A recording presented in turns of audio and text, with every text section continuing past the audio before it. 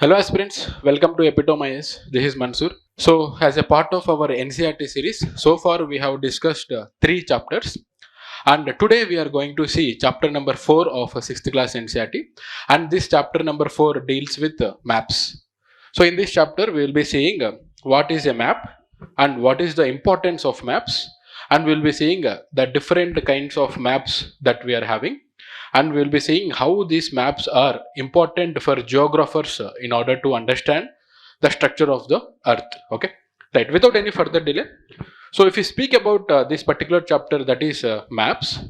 So in this chapter there are some important keywords, and as we all know that we are going to learn this NCERT not in a traditional way. We are going to learn this NCERT by using keywords. Okay, so through these keywords we are going to learn concept, and this concept will be very short, crisp, and which is useful for UPSC preparation, right? So without any further delay, if you see here, so as I told you earlier, the today's chapter is on maps.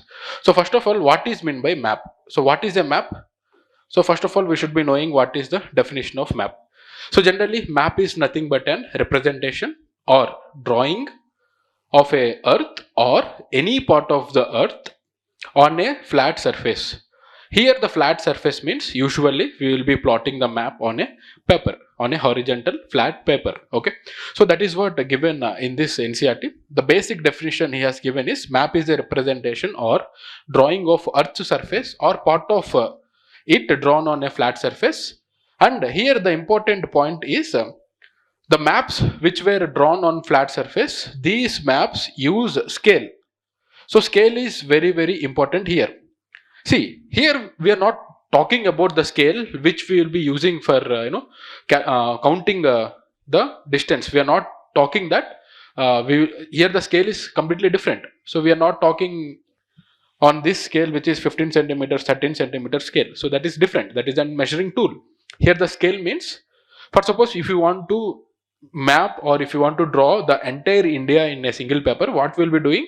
It will be very difficult to map the entire India map on a single paper. So for that purpose, what we will be doing? We will be considering that every centimeter which we are drawing on paper is equal to some 100 kilometers or some 500 kilometers. So depending upon the length of the country. Okay, so that particular thing is called as scale, right? So here the one more important point is, these maps are very important for geographers or for geologists. Why? Because these maps provide detailed information about the geographical structure or important detailed information regarding the earth's surface. So in that aspect, this map is very important. And if you see here, in this particular chapter, he mentioned the different types of maps that were generally used. For suppose, let us see, we can divide the map into 3. So the first kind of maps which we generally see is a physical map. What is that? Physical map. Physical map. Second kind of maps that we generally use is political maps. Political maps. And third kind of map that we generally use is some thematic maps. So the point here is, what is meant by physical map? See, in physical map generally we used to represent mountains. We used to represent mountains, rivers, plains, etc. So in a single word, this physical map will be representing all the physical structures or the physical things, physical features that were present on the earth. So in political map, which kind of things will be mapped? In political map, we will be mapping countries, states, cities, towns, and other things which is non-physical. Okay, so the point here is, in political maps, countries, states, cities, towns are covered. So what happens in thematic map? These thematic maps are used to represent some special things or some or some selected things. Okay, so here road transport or rainfall of a particular region or floods of a particular region, so we can mention or else we can map using this thematic maps. Okay, so then next, what was mentioned in this chapter? In this chapter again he was talking about components of maps.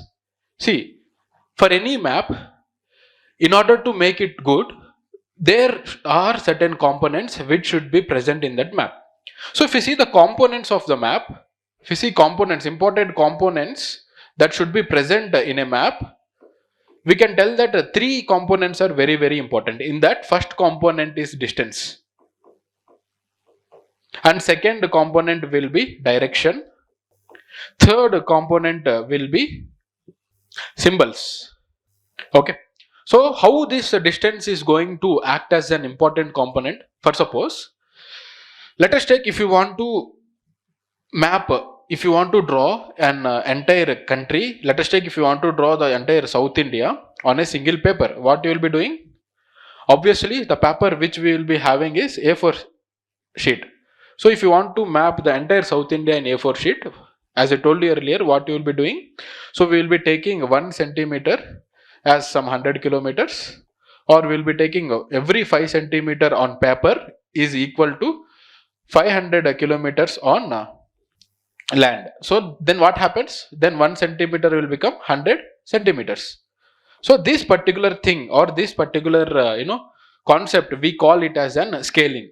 So actually, if you see the definition that was given in NCERT, he tells that scaling is the ratio between the actual distance on the ground and the distance shown on map. And in scale also, we will be having two concepts. One, small scale maps. Second, large scale maps. Second one, large scale maps. See, here the point is, when we are going to use a small scale map or when we are going to use a large scale map. So this is important here. So if you observe, if you want to convert the entire country into a paper, you will be using 1 centimeter will be equal to some 1000 kilometers, 100 kilometers, something like that. If you want to represent only a small portion of the country, for suppose if you want to represent your village into a map, then what you will be doing? You won't be considering 1 centimeter into 100 kilometers, because the entire village itself will be confined to 1 square kilometer or 2 square kilometers. So in that case, what we'll be doing? We will be considering 1 centimeter which was drawn on paper is equal to some 100 meters or 500 meters. Okay, so there are two cases. So what is meant by small scale maps? Small scale maps is nothing but the scale will be small.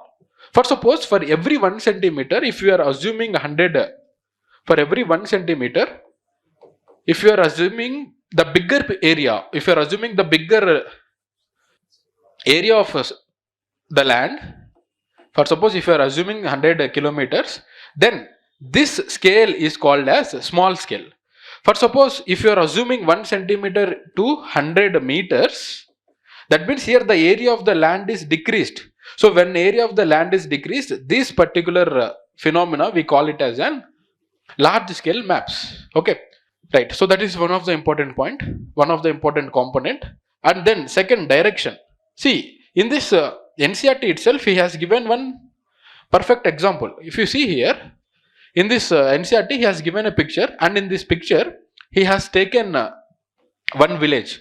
So if you see here in this entire picture, the scale is 1 centimeter to 1 centimeter is equal to 10 meters. So now tell me whether this scale is a small scale map or large scale map.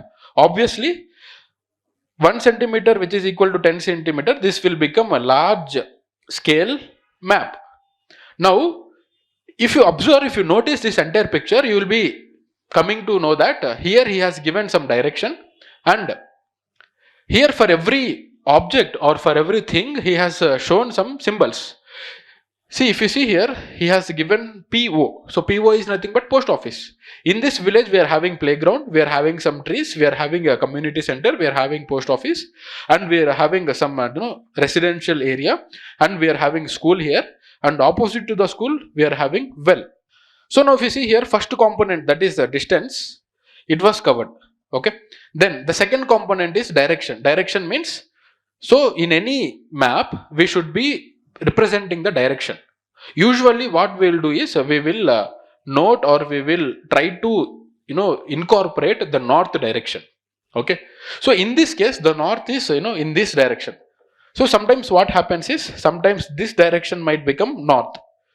So why we are going to plot the direction on a map? Because in order to know the directions of other things, we are going to plot a map here. We are going to give the direction. So if you want to go towards the east, it will be very easy. If you know the north direction, you will be going to east very easily. And if you can navigate to south very easy, and as well as you can navigate to west very easily. So that is why for every map, the showcasing of directions are very, very important. Then the third component, as we discussed earlier, that is symbols. So if you see here, in this map, the well has been shown as a dot. And if you see post office, he is representing as a PO. Okay.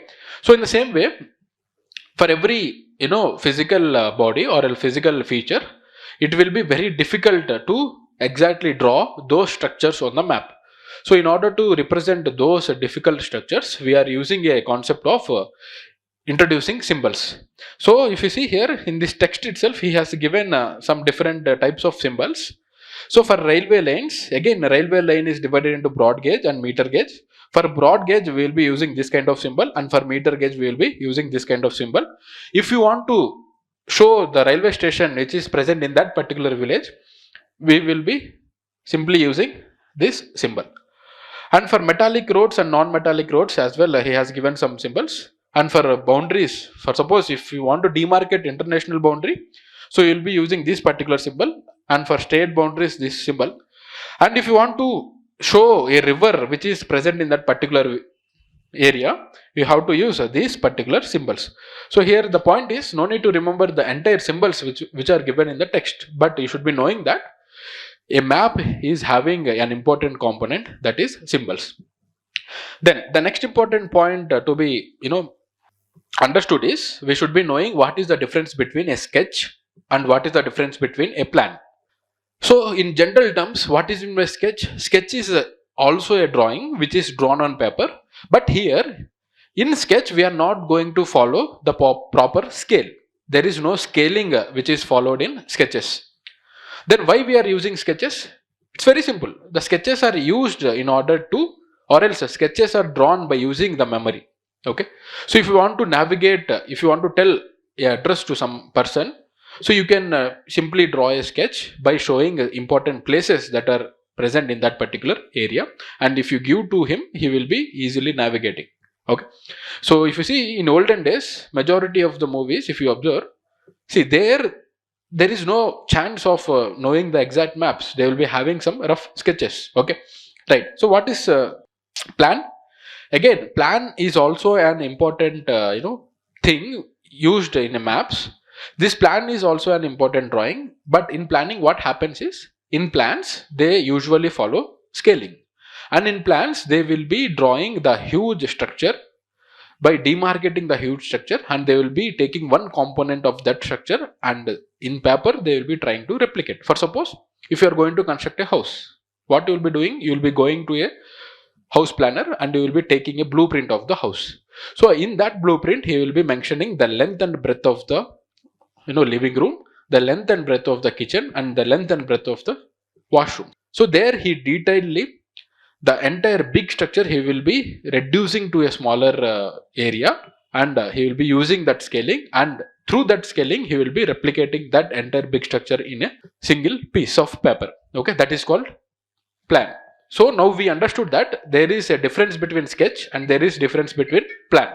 So that is what given in this particular chapter. So in next chapter we will be seeing what are all the important concepts that were given in next chapter, and we will be seeing using keywords, and through that keywords we will be learning the important concepts that were present in chapter number 5. So thank you so much for watching this video.